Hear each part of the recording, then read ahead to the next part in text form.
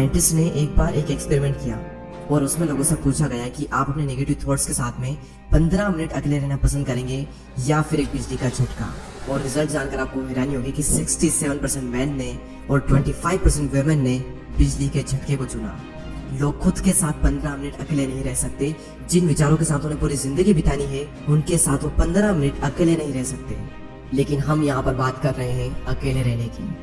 जंगल का राजा शेर ज्यादा टाइम अकेले रहना पसंद करता है। उसकी जिंदगी में ऐसी बहुत सी सिचुएशन आती है जहाँ पर उसे भेड़ियों का झुंड घेर लेता है। उस वक्त वो ना तो अकेला फील करता है और ना ही वो कमजोर फील करता है। उसे पता होता है कि इन सब के लिए तो मैं अकेला ही काफी हूँ। और आप ये बात जान लो कि ग्रुप हमेशा फॉलोअर्स का होता है, लीडर अकेला ही लीड करता है। शेर अकेला किसी मजबूरी के कारण नहीं रहता, बल्कि वो अपनी चॉइस से अकेला रहता है। इस दुनिया के ज्यादातर हाईली सक्सेसफुल लोग इंट्रोवर्ट है। इंट्रोवर्ट यानी कि वो लोग जिन्हें अकेले रहना पसंद होता है, जो लोगों में जाना पसंद नहीं करते।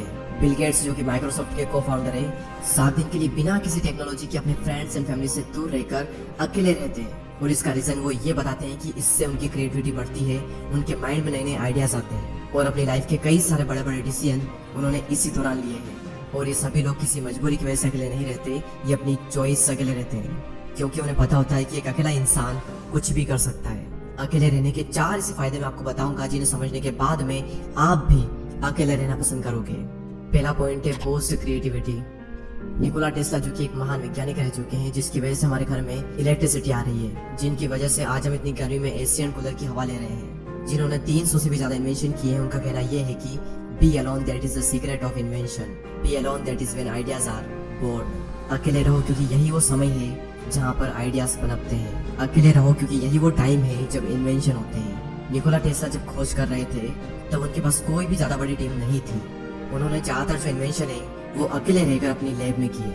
और रिसर्च बताती है कि जब आप अकेले होते हो और कुछ भी नहीं कर रहे होते हो, तब आपके ब्रेन के DMN यानी कि डिफॉल्ट मोड नेटवर्क में ज्यादा एक्टिविटी होने लगती है। और इसी नेटवर्क की वजह से इंसान क्रिएटिव सोचता है, उसके ब्रेन में नए नए आइडियाज आते हैं। सर आइजैक न्यूटन को भी क्रिएटिविटी का आइडिया तब आया था जब वो अकेले एक एप्पल ट्री के नीचे बैठे थे। मेरे इस यूट्यूब चैनल पर इतनी सारी वीडियो है, इनमें से एक भी वीडियो ऐसी नहीं है जो कि मैंने किसी के साथ बैठकर बनाई हो। सारी वीडियोस के आइडिया मुझे अकेले में आए हैं और सभी वीडियो की स्क्रिप्ट मैंने अकेले बैठकर ही लिखी है। अगर मेरे साथ कोई है तो मैं कभी भी काम नहीं कर सकता। मुझे एकांत माहौल चाहिए क्रिएटिव सोचने के लिए। सेकंड पॉइंट है इंक्रीज्ड फोकस। जब आप अकेले रहोगे तो उन सभी लोगों से दूर रहोगे जो कि आपका ध्यान भटकाते हैं। आपका पूरा फोकस बस एक ही जगह पर रहेगा, आप चाह कर भी भटक नहीं सकते। आज से 4 साल पहले जब मैंने अपनी यूट्यूब जर्नी स्टार्ट की थी, तब मेरी लाइफ में सिर्फ 3 से 4 ही फ्रेंड थे और उनसे भी मेरा मिलना बहुत ही कम होता था। उस वक्त मैं ज्यादा टाइम अकेला ही रहता था और मुझे बहुत अच्छा लगता अकेले रहना, क्योंकि अकेले में मैं एक जोन में होता था। मैं भगवान का बहुत ही शुक्रगुजार हूँ कि उस वक्त मुझे लोग ज्यादा पसंद नहीं करते थे। मेरी लाइफ में बहुत ही कम लोग थे और उसी वजह से मैं फोकस कर पाया और आज कुछ बन पाया, सिर्फ और सिर्फ क्योंकि मैं आइसोलेशन में था। अब ये आइसोलेशन क्या होता है? एक होता है अकेले रहना और एक होता है अकेले रह करके अकेला फील करना। अकेले फील करना यानी कि लोनलीनेस, अकेलापन।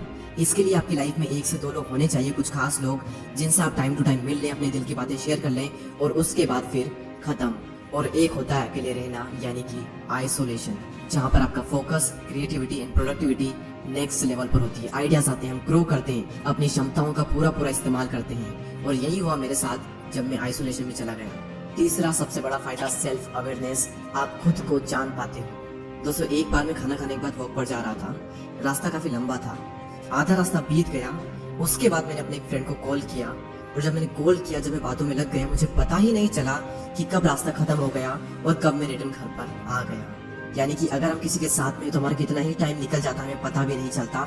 बड़े बड़े रास्ते छोटे पड़ जाते हैं अगर हम किसी के साथ में होते हैं तो। लेकिन जब हम अकेले होते हैं तो वही समय, वही रास्ता थोड़ा लंबा लगता है और हम अपने बारे में ज्यादा सोच पाते हैं। सेल्फ अवेयरनेस के लिए, खुद को जानने के लिए अकेले रहना बहुत जरूरी है। और अगर आपको ये लगता है कि आप सेल्फ अवेयर हो, आप खुद को बहुत ही अच्छे तरीके से जानते हो, तो आप सभी लोग ये बात जान लो कि 5000 ऐसे लोग थे जिनको ये लगता था कि वो सेल्फ अवेयर हैं, लेकिन जब उनका सेल्फ अवेयरनेस का टेस्ट किया गया तो उनमें से सिर्फ 10 से 15% ऐसे लोग थे जो कि सेल्फ अवेयर थे, जिन्हें अपना पेशेंट पता था, जिन्हें अपनी स्ट्रेंथ पता थी, जिन्हें अपनी वीकनेसेस पता थी। बाकी लोगों के अंदर सारी चीजें हैं लेकिन उन्हें पता कुछ भी नहीं है। तो अकेले समय बिताओ और खुद को जानो, क्योंकि जो पूरी दुनिया को जानने में लगा रहता है वो किसी को भी नहीं जान पाता, लेकिन जो खुद को जान लेता है वो सभी को जान लेता है। नेक्स्ट पॉइंट यहाँ पर आता है मास्टर योर इमोशन। यहाँ पर फिर से वही बात आती है कि जो इंसान अपने इमोशंस को समझ लेता है वो पूरी दुनिया के इमोशंस को समझ लेगा। Royal Enfield, Mountain Dew, Maggi और ऐसी और भी कई सारी कंपनी के आपने एडवर्टाइजमेंट जरूर देखे होंगे। ये सभी कंपनी जब भी ऐड करती है तो ये कभी भी अपने प्रोडक्ट के बारे में बात नहीं करती है। वो ये नहीं बताती कि इनके अंदर क्या क्या इंग्रेडिएंट्स है, क्या क्या स्पेसिफिकेशन है, इसका टेस्ट कैसा है। उनका सिर्फ एक मकसद होता है कि उस एड को वो लोगों के इमोशन के साथ में कनेक्ट कर दे, क्योंकि उन्हें पता है कि लोग इमोशनली ज्यादा कनेक्ट होते हैं। अब सवाल यहाँ पर ये आता है कि ये जो मार्केटिंग कंपनीज है ये लोगों के इमोशन को समझ कैसे पाते हैं। सिंपल सा तरीका है कि ये लोग पहले खुद के इमोशन को समझते हैं, उसके बाद ये पूरी दुनिया के इमोशन को समझ जाते हैं। तो इन फ्यूचर में अगर आपको लोगों को इन्फ्लुएंस करना हो या फिर आपका कुछ भी ऐसा काम हो जहाँ पर आपको लोगों को इमोशनली कनेक्टेड करना हो, तो आपको खुद के इमोशन को मास्टर करना बहुत जरूरी है। और खुद के इमोशन को समझने के लिए आपको पहले खुद को समझना होगा, और खुद को समझने के लिए आपको अकेले रहना ही होगा। तो इसीलिए अकेले रहें, एकांत में रहें और अपनी पूरी आत्मा एक काम में डाल दो। एक दिन लोग आपसे मिलने को तरस जाएंगे।